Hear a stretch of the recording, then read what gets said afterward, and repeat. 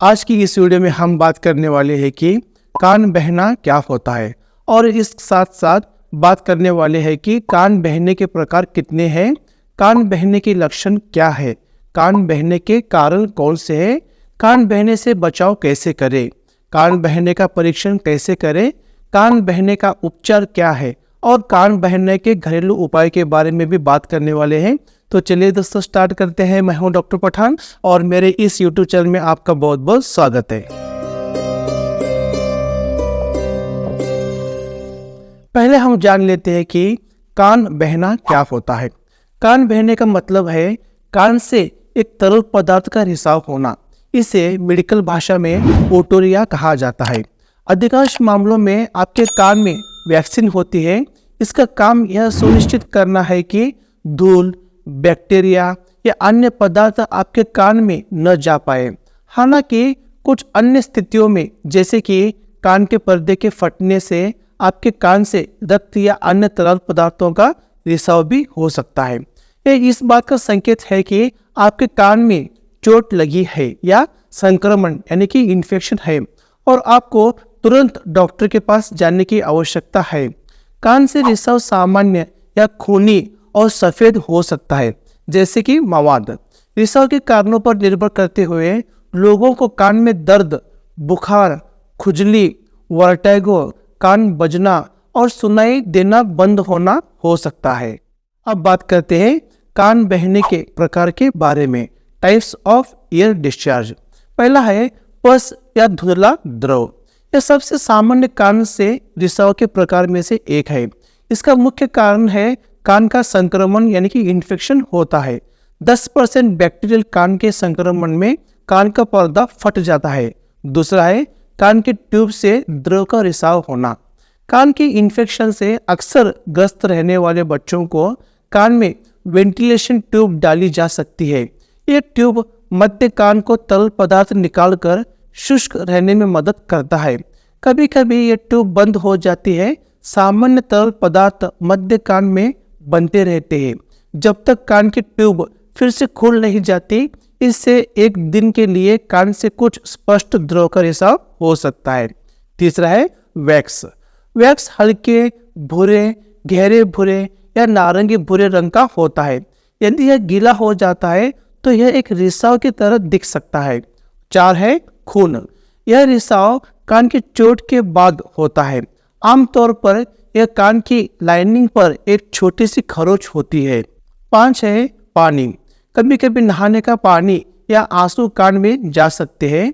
कभी कभी होने वाला पानी का रिसाव इन कारणों से होता है। 6 है स्विमर्स ईयर्स रिसाव।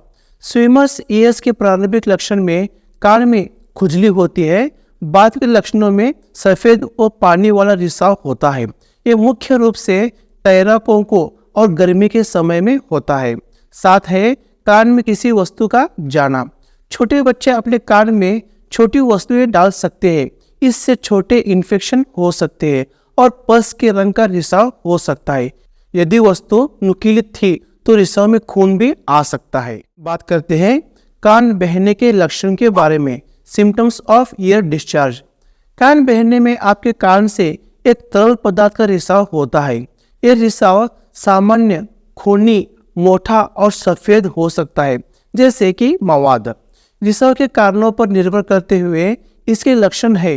पहला है कान में तेज दर्द होना। दूसरा है बुखार आना। तीसरा है खुजली होना। चौथा है वर्टिगो आना। 5 है कान बजना। 6 है सुनाई देना बंद होना। बात करते हैं कान बहने के कारण के बारे में। Causes of ear discharge. इनमें से पहला कारण है कान के संक्रमण यानी कि ईयर इन्फेक्शन। कान का संक्रमण तब होता है जब एक जीवाणु या वायरल संक्रमण मध्य कान को प्रभावित करता है। दूसरा है शरीर में बाहरी वस्तुएं। कोई बाहरी वस्तु ऐसी चीज होती है जो शरीर में होती है लेकिन वो शरीर का हिस्सा नहीं होती है। यह गलती से या जानबूझकर शरीर में डाली जा सकती है। तीसरा है बाहरी कान का संक्रमण यानी कि स्विमर्स ईयर। स्विमर्स ईयर्स के प्रारंभिक लक्षण में कान में खुजली होती है। बाद में लक्षणों में एक सफ़ेद व पानी वाला रिसाव होता है।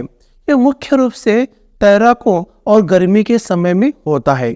4 है मध्य कान का संक्रमण यानी कि ओटाइटिस मीडिया। मध्य कान का संक्रमण यानी कि ओटाइटिस मीडिया तब होता है जब एक वायरस या बैक्टीरिया कान के पीछे के क्षेत्र में सूजन करता है। यह बच्चों में सबसे आम होता है। 5 है मैस्टोडाइटिस। यदि कोई संक्रमण यानी कि इन्फेक्शन आपके मध्य कान में फैलता है और आपकी कंबुकर्णी नली यानी कि यूस्टेशन ट्यूब को अवरुद्ध करता है तो बाद में इससे मैस्टोइड हड्डी में गंभीर इन्फेक्शन हो सकता है। 6 है मैलिग्नेंट ओटाइटिस एक्सटर्ना। ये तब होता है जब एक कान का संक्रमण बाहरी कान और आसपास के ऊतकों तक फैल जाता है। 7 है सिर पर चोट लगना। सिर की चोट आपके दिमाग, खोपड़ी या मस्तिष्क की चोट होती है। सभी सिर की चोटों का गंभीर से चिकित्सक द्वारा उपचार और मूल्यांकन किया जाना चाहिए। इस स्थिति को आपातकालीन स्थिति माना जाता है। इसमें आवश्यक देखभाल की जरूरत हो सकती है। 8 है कान के पर्दे को नुकसान। कान के पर्दे में एक छेद या खरोच से कान से रिसाव हो सकता है। 9 है कोलेस्टियोटोमा। कोलेस्टियोटोमा एक गैर कैंसर रोग है जो कान में विकसित हो सकता है। 10 है सिर का फ्रैक्चर। इस स्थिति को आपातकालीन स्थिति माना जाता है। इसमें आवश्यक देखभाल की जरूरत होती है। बात करते हैं कान बहने से बचाव कैसे करें। Prevention of ear discharge. पहला है कान में इन्फेक्शन से बचने के लिए बीमार लोगों से दूर रहने की कोशिश करें। दूसरा है स्तनपान से शिशुओं को कानों के संक्रमण यानी कि इन्फेक्शन से सुरक्षा मिलती है क्योंकि उन्हें दूध में अपनी माँ की एंटीबॉडी प्राप्त होती है। तीसरा है बाहरी वस्तुओं को अपने कानों से दूर रखें ताकि आपका कान का पर्दा न फटे। 4 है यदि आप जानते हैं कि आप अत्यधिक शोर वाले क्षेत्र में जाने वाले हैं तो कान को ढकने के लिए कुछ इस्तेमाल करें।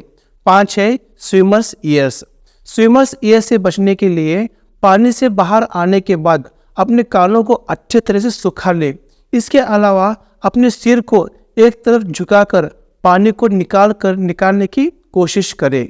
6 है तैराकी यानी कि स्विमिंग। स्विमिंग करने के बाद स्विमर्स ईयर्स को बढ़ने से रोकने के लिए आप केमिस्ट से मिलने वाली दवाइयों का उपयोग भी कर सकते हैं। बात करते हैं कान बहने का परीक्षण कैसे करते हैं। Diagnosis of ear discharge. कान बहने वाली समस्या से ग्रस्त लोगों में डॉक्टर पहले व्यक्ति के लक्षणों और चिकित्सा इतिहास के बारे में सवाल पूछते हैं। इसके बाद डॉक्टर एक शारीरिक परीक्षण करते हैं। इतिहास और शारीरिक परीक्षण के दौरान डॉक्टर को अक्सर कान के रिसाव का कारण समझ आ जाता है। इसके बाद टेस्ट की आवश्यकता नहीं रहती है। शारीरिक परीक्षण के दौरान डॉक्टर कान, नाक, गले और तंत्रिका तंत्र की जांच करने पर ध्यान केंद्रित करते हैं।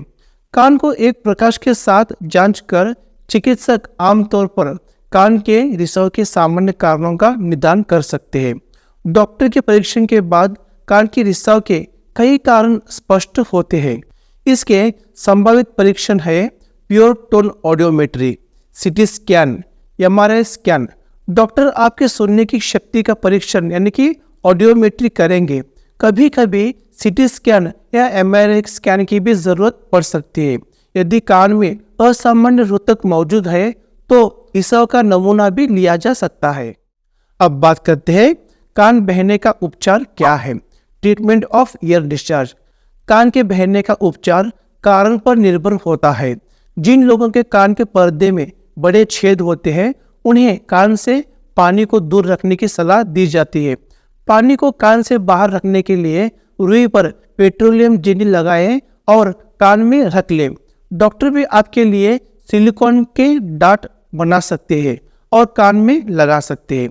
ऐसे डाट को सही आकार व आकृति का बनाया जाता है ताकि वह कान में फंसे नहीं और आसानी से हटाया ना जा सके। कान बहना कम करने के लिए बहुत सारी दवाइयाँ मौजूद है, लेकिन डॉक्टर को दिखाए बिना कोई भी दवाई ना ले। तो आज के वीडियो में बस इतना ही। मिलते हैं मेरे नेक्स्ट वीडियो में, तब तक के लिए धन्यवाद।